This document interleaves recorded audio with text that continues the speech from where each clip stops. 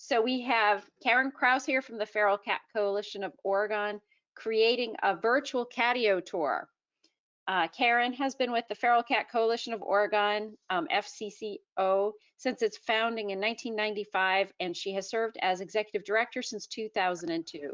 She has grown community support to ensure funding for expanding spay-neuter services, a capital campaign for the Feral Cat Coalition's new clinic, and has raised more than $12 million overall, with the majority coming from individual donations.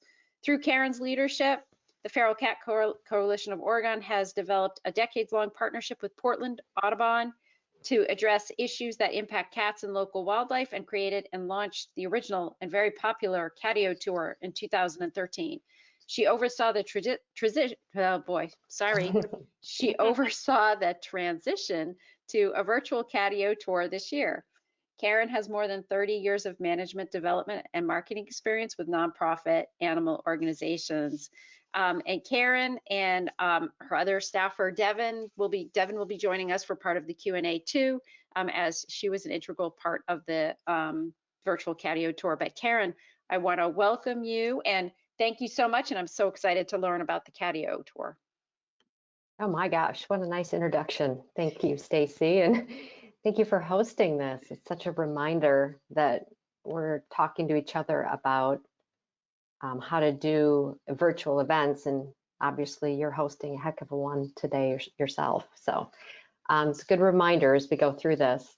So Catios and fundraising. It can be for fundraising, it could be for educational. Right now, I think it's really important to engage our donors and engage our community. So you might find out that if you want to go virtual with a tour, it could be about raising some much needed funds, or it could be about just a great way to provide information and engage and kind of communicate with people in your community. So take a look at what you really need. As I walk through what we did for our Catio Tour, you can see maybe how that could fit with what you're already doing or expand what you're doing. So I'll give a little bit of background about the collaboration, because I think it's a really key piece of what we're doing. And it's also important to see how collaboration works over a virtual environment. And then I'll show you a little bit about the virtual tour and how we pulled it together and decisions that we made and things like that. And at the end of this, when we go to Q&A, Devin, who knows all the technical parts and pieces of this event, will be here to help as well. So thanks for that, Devin. And so I just want to give that quick background. Cats Safe at Home is the organization, it's the partnership behind the Catio Tour, and it is a partnership between Portland Audubon and the Feral Cat Coalition of Oregon. We've been working together for 20 years, and we really want to motivate people to make life better for cats and for wildlife. And so the Catio Tour is just a really natural outtake of that, right? Just a kind of a win-win. If you talk to any of the bird groups, they're going to like Catios. When you talk to people who have Catios, their cats like Catios. So it does seem like a really good fit. The two groups have kind of different approaches, right? The cat group, bird group. But we have the same belief, and that is fewer cats in the environment is better for cats, and it's better for wildlife. So we created Cats Safe at Home to engage the community, and there created the Catio Tour with kind of a natural offshoot from that. We have 4 partners. It's the Feral Cat Coalition of Oregon, Portland Audubon, Multnomah County Animal Services, and the Bonnie L. Hayes Small Animal Shelter, which is the county shelter for Washington County. And the county shelters are part of our partnership because they see the stray animals in the community, and they obviously want to see fewer stray cats. Again, for them, it's also a health for animals in the community. So we've built a partnership on trust and transparency and finding mutual common ground, including joint promotional PR activities, the Catio Tour, and other programs. So it is a really nice partnership. However, it is really Portland Audubon and Feral Cat Coalition of Oregon who head up the Catio Tour. Just a little brief background about Feral Cat Coalition of Oregon for those who kind of want to know who's behind it and how this kind of fundraising event can can impact a program that doesn't really seem like the natural fit for a catio tour, right? We are an organization that helps feral and stray cats as our primary focus. We've been around since 1995. We've helped over 100,000 cats. We lend people humane live traps so they can trap the cats, bring them to us for spaying, neutering, vaccinations, flea treatment, other general care, and then return to where the people are feeding the cats. We ask for $40 for each one of those surgeries and don't turn people away if they can't afford to donate. So fundraising is super key to what we do. We can't do what we do without fundraising, but at the same time, if we want to reduce the number of cats in our environment, which really is part of our mission, we need to find ways to help pet cats and to reduce the number of stray cats in the community. So we partnered with the Portland Audubon Society, and a little bit of background on them. They're a local chapter founded in 1902. They're the largest chapter in the country. So we're really fortunate to have a very strong support of the environment in our area. They operate a 172-acre wildlife sanctuary to give people a hands-on way to see our local wildlife. They've got educational and outreach and all sorts of programs from children to adults, and are really, really good advocates for our local native wildlife. And again, as a program feral cat who sees cats that are outdoors, it's a unique partnership to partner with the Audubon Society. And kind of one of the key things is that their wildlife care center sees 3,000 animals a year, of which 40% of them are related to cats. So cats were either involved in injuring the wildlife or offspring, and they really felt that we could find a partnership that helped both wildlife and cats. So we thought, what's a way to engage the community? And a catio tour seemed like a really natural way, really total win-win. And we started this in 2013 and had no idea if this would be popular or not. I think you just heard in the last session from someone from the Oregon Humane Society, people in Oregon love to be outdoors when we can. And so having a tour and going in people's backyards and seeing what things look like, both the catio as well as how people garden, really intrigued people. And 600 people signed up for our first year, and we're kind of blown away by that success. And we've repeated the catio tour every year since. And that means that we've showcased more than 80 catios in the Portland metro area, 11 of which were showcased this year on our virtual tour. So we were able to, in the very beginning, of course, host a live tour.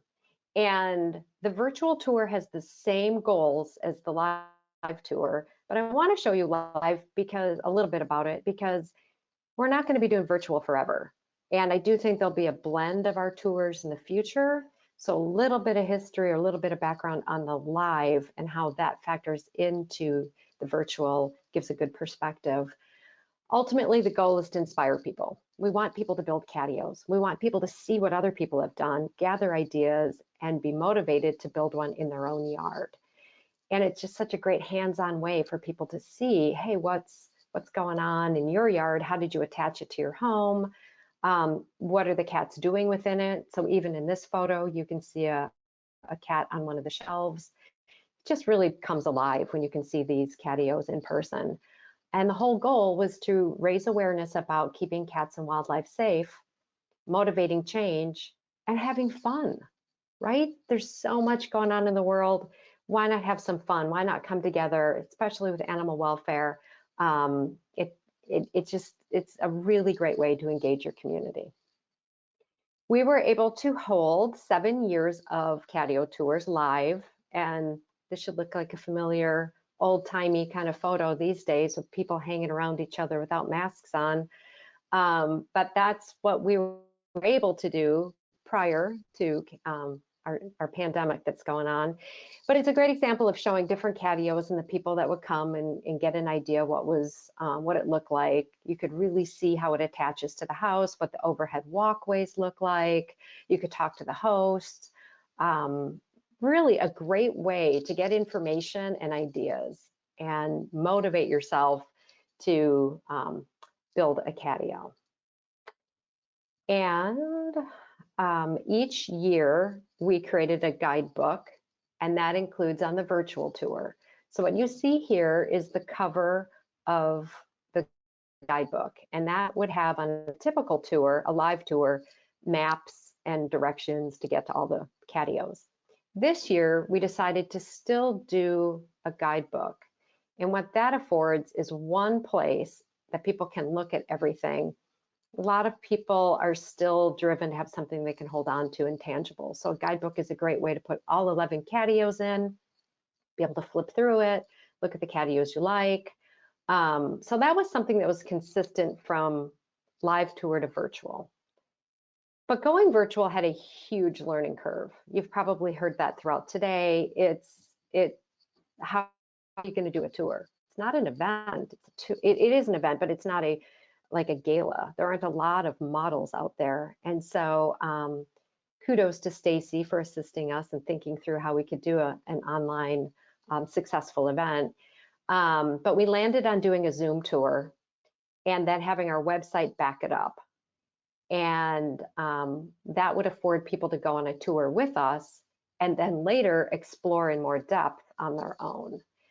And so as part of that, to make it really feel like a tour, to make it feel combined and together, we did send a photographer out. And so it would have the same tone to each one of the videos.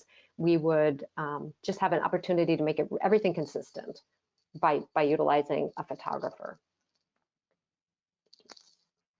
We had to decide what it was going to cost to do the tour, or for folks to take the tour. In the past, the tour was a donation, and people kept giving us feedback that was like, we would pay more for this great fundraiser. So we started it not as a fundraiser, but we started it as a educational and outreach, and it has become a real blend. So it does generate income for us. It raises roughly $20,000 a year, and that funds our Cat Safe at Home messaging in the community. But we wanted to have an opportunity for folks to have be able to not spend too much money, because we didn't really know how the virtual world would work, and you can go to Pinterest and see a whole bunch of stuff for free. So we needed to have value, and we needed to provide value, if that makes sense. So we wanted to have a good price for value, but also make it worth your money. So we came up with two different levels, a $15, which is a basic level, and a premium level, which is everything the basic level has, plus you come on a tour with us that day. And what that meant was that we set up a Zoom webinar presentation, and people joined us for that tour. To give you an indication of how many signed up for all of this, our basic had 338 people signed up for our basic tour, and 376 people signed up for our premium tour. And we were really pleased that people saw that the value in the premium was that not only did you get to go on the tour with each other, but what we did is we debuted the videos, and we did live Q&A with the homeowner. So each one of the Catios had a 5-minute video, professionally filmed, and then right into Q&A with the homeowner. If they had their contractor with them, or their contractor was a sponsor, they could get an additional 20 minutes of Q&A to really give people an idea of, you know, how different construction elements worked. So it was a very structured day for folks to come on the tour. We did discover that about 65% of the people who signed up were there and attended. And here's the cool part. The average amount of time that people were on the tour was 220 minutes. Everyone pull out your calculators. It's a little over 3 hours. The whole tour, it started at 10 in the morning and it ran till 4. What a chunk to bite off, right? However, the live tour is 4 hours, and not everybody makes it to all the Catios. So we gave it a shot, and people were engaged throughout the whole day, and we were really excited. We made a schedule. This is a sample of what the folks would see, starting at 10 o'clock with opening remarks, what to expect expect as we went through the Catio tour, kind of the ground rules for the day, Q&A, questions if they were having a hard time logging in. And then we made a schedule and we kept to it. And it was really important because people could jump on and off the tour throughout the day. So if you didn't want to see certain Catios, but you wanted to catch others, we wanted to make sure that we were where we said we'd be at that right time. A little bit tricky, but we kept right to it throughout the whole day. And it was very effective for people who either could start the tour, leave and come back, or just wanted to jump in and out at different times. And it was a great way to keep it really quite organized and for ourselves to be organized as well with it. For both versions, both the basic and the premium, you could go see the backside. Okay, so let me just remind, the premium, you got to do the tour with us. It was a Zoom meeting. We walked through all the videos, Q&A, but afterwards, when you wanted to really dive deep into each Catio, you could go to the website. Or if you bought the basic membership or basic level, you could just go right to the site and all this material would be there. And so here's a landing page with all 11 of the Catios, and then folks could click on that Catio and pop up information specifically about it. And so it's a really easy way to find your way through all the different Catios. If you picked a Catio, I'm just going to walk you through, for instance, if you decided that you wanted to see Catio 1, then you click on it, and this is a screenshot from the website, and you can see background information, quick facts, an image about the Catio, and one of the things we offer is the guidebook. We also offer a download a page from the guidebook. And so right here is a double-sided sheet that you can print out if you're like, I love this Catio, I want to have this Catio, I want to show it to a contractor. You could just print it out and it would have information about the Catio on one side, and then Q&A that we've asked homeowners about things they do differently, how many cats do you have, how do the cats utilize it, all sorts of information about the functionality of their Catio. But what we also have on the website is the video. So people could go in and they could take a look at the video. And the other cool thing that we did is a 360-degree image. And when they went to shoot the video, they could do this 360 image for us as well. And if the stars align, I'll be able to show you a little bit more about it. Many of you might have used these, but let's see if this works. This will be a quick little video showing kind of moving around an image. If you haven't used a 360, it allows you to pinpoint things and then call them out and have a little detail. It allows people to look up, look down, zoom in, zoom out. Just a really kind of cool way to engage and see the details that you might see in person and be able to hang out and really understand that you can't necessarily see just in a video. And it lets you see the Catio from the cat's view.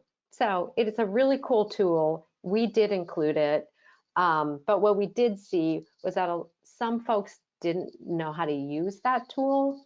So if you did go that route, I would just encourage you to make sure that you've got people available to help people. Because even though we had, I think, great instructions, it was still kind of a new tool for some folks. But again, a really neat way to see the Catios in depth. And then for people who just really want to see a bunch of photos and really get an idea, we had stills taken as well.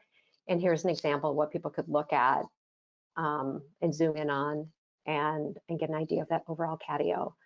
And that allowed people to really, each Catio that they wanted to see, get details. And what we did then is track what the impact is of people using both versions of our tour, as well as overall, what's most important to us is, are we making a difference? Are we doing what we said we were going to do? Are we motivating change? Are we getting people to build Catios? And the answer is yes. Here's a map of the metro area where we know of more than 720 Catios. This image will show you Catios that are both people that have been on the tour, people who applied to be Catio hosts, people who have hosted. and folks who have pledged to keep their cats safe at home on our website. So combined, it's really quite powerful to show that by holding these tours, we're absolutely driving change towards keeping our community safer for cats and wildlife, and at the same time, raising funds to keep that messaging going. So it's a really nice partnership of education and fundraising. And here's really the cool one, if you like graphs and charts and data, is that we track how many people already have a Catio when they sign up to be on to attend. And look at that, we've doubled it. We've doubled the number of people who have a Catio. There is direct change. And curiously, the green bar is who's likely to attend a future Catio tour. It's more popular than the live tour. Look at that. So I think that there's a place for both virtual and live in the future, but absolutely people liked it. And we asked them to participate in 6 hours, and we held them for over 3. And it just overall was a huge success. If and when we have to do it again, we would probably shorten it to 4 hours versus 6. But it's hard to get as much information in as we did on our tour.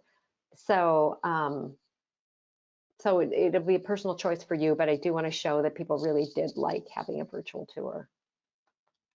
If you're thinking about doing a Catio tour yourself, I would just say look at your staff, your volunteer resources, your interest, your time. Do you have enough people that want to work on it? Do you have enough Catios in your area? Do you have the technical skills? Good gosh, Stacy makes this look easy, and I'll tell you, Devin made it look easy for us as well, but there's so many details behind the scenes to pulling this off. And if you have those skills, that makes it a lot easier. The costs are going to come down to your technology. Are you going to grab videos from folks? Are you going to have images? How big are those images? Are you going to send out a photographer? Are you going to use a photographer you already have who takes pictures of your pets up for adoption? All these different pieces I would look at and see, is this really the right fit for you? We did it with just 3 staff members and 3 volunteers and a photographer, and I have to tell you, it was lean. It was a lean group to pull it off. It still took hundreds and hundreds of hours. But the live tour takes time too. So again, if you're thinking about a Catio tour for a community, see if a tour is the right fit for you. See if you have enough Catios in your community. See if it meets your goals. You're looking to raise money. Are you raising to engage? You're trying to raise attention for Catios. You're trying to engage your community. Look at what your goals are. It doesn't have to be as big and broad as ours is to still have something really fun and different for your donor base and your volunteers. And if you really love the idea and you like what we've shown today, you can purchase a portion of our virtual Catio tour and then use it to fundraise in your community. So we are making that available this year because we're all in this together. We might as well help one another and make win-wins. So catsafeathome.org /contact us. If that's something that intrigues you, we can talk further about that or answer any additional questions that we didn't get to today. So I wanted to leave a few more minutes for Q&A. That's all I have on the Catio tour. Fantastic, excellent. If you want to turn your camera on, and Devin, can you unmute yourself and turn your camera on? That'd be fantastic. And I'll turn mine on. Mine will go on. There we go. There goes mine. I turn it on, turn off so much. Devin is on. There's Devin. All right, excellent. Thank you so much. That was great information. And actually, you at the end there answered some of the questions. Before we jump into more Q&A, I'm going to do well, it's going to mess things up probably. I forgot to do the poll in the beginning. So I'll do that when we close out about like how many. So do people think that they have Catios in their area that they could do something like this? And they can put that in the questions box. So One question was, how much did you have to pay your photographer? Did they do it for free?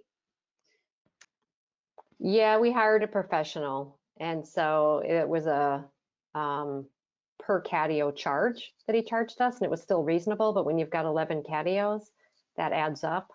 I don't know, was that in the like $3,000? Is that Right. Evan? Yeah. Right, but he not only shot the video, but then he edited them all down, but he also took his 360-degree camera out there. So while he was out there, he was able to get the 360 images, plus he took the still images as well. So we got a lot out of him. We had one videographer, photographer doing all three for us, which was perfect. Yeah, and he interviewed. So if you do end up checking out our tour, you'll see that he actually met with the people. He arranged that. It was much more than just videoing. Okay. Someone was mentioning that they were thinking of actually offering to build catios and as a fundraiser to help in their area. That was a thought. Someone asked a question wanting to know a little bit more about the specifics of your relationship with the Audubon. Oh, whoever you are, thank you for asking that. I'm not quite sure specifically what that means, but we've worked together for over 20 years with a common goal of reducing the number of cats in the environment. And we do that with that same messaging: keep cats safe at home. It's good for cats, it's good for wildlife. And we have agreements that we work on together. I'd be happy to share that with folks if you're really interested, or you're thinking about partnering with a local bird group, or your bird group who happens to be on this today and you want to know how to partner with a cat group. Catios are going to be a really easy first step for you guys to partner. Is it hard, or how do you go about finding a catio contractor? Like everything, start small. It was hard for us in the beginning. Like people build, like they don't build catios. How's that work? So DIY, every year we try to promote do it yourself, because it can be hard to find a contractor, especially if your community doesn't have a lot of catios. However, look for a carpenter, look for a handyman, look for somebody who builds decks or sheds. Anybody who can build those can build a catio. And if you can get a visual of what you want and take it to that contractor and say, can you build this? They can build it. They're really not very complicated, and they can be absolutely anything you want it to be. So if you want chicken wire, or you want powder coated 1-inch square mesh fencing, you can pick whatever you want. They can put it together for you. One of our sponsors is a local lumber company, Mr. Plywood. He built one himself, and so he automatically became a great resource for people. If your group is in an urban area where you feel like people would not be at all receptive to the idea of catios, what sort of advice would you give that person? Well, we're a pretty urban area, but I get it. Not every community is the same, and one size solution doesn't fit all. And that's okay. Sometimes the need of a community is different. But no matter where you are, I do think catios can have a place. And it might be that you've got really a lot of apartments or condos. Maybe it's being able to find things that people can purchase and put on their deck, or a way to put fencing to keep birds. There's a lot of things out there that keep birds out of trees and fruit trees and things like that you could put up that would allow your cat to go out on a patio but not jump off the patio. And getting creative in ways like that. I think we have to look for more ways that renters can get involved with having catios. So I think there's a lot of challenges folks could have, but ideally, it still is such a win-win. Cats aren't going to free roam, and even landlords, I think, like that idea. So I would always say start small, and I'm more than happy to talk with you offline if you've got some specific concerns. And last questions, what's the average price of a catio? Here, I'm here to tell you, you can go to your rebuilding center, and if you're a DIY person, you can build a catio for as affordably as you can find supplies. We've had people on the tour that spent $125. We've had people who have spent 5 digits and more, big 5 digits and more on catios. They have the money, they have the resources. That's what they can do. But don't stop. Don't let money stop you. Don't let your ability to build something stop you. You can buy something. You can get plans somewhere. It doesn't have to look pretty. Your cats don't care, right?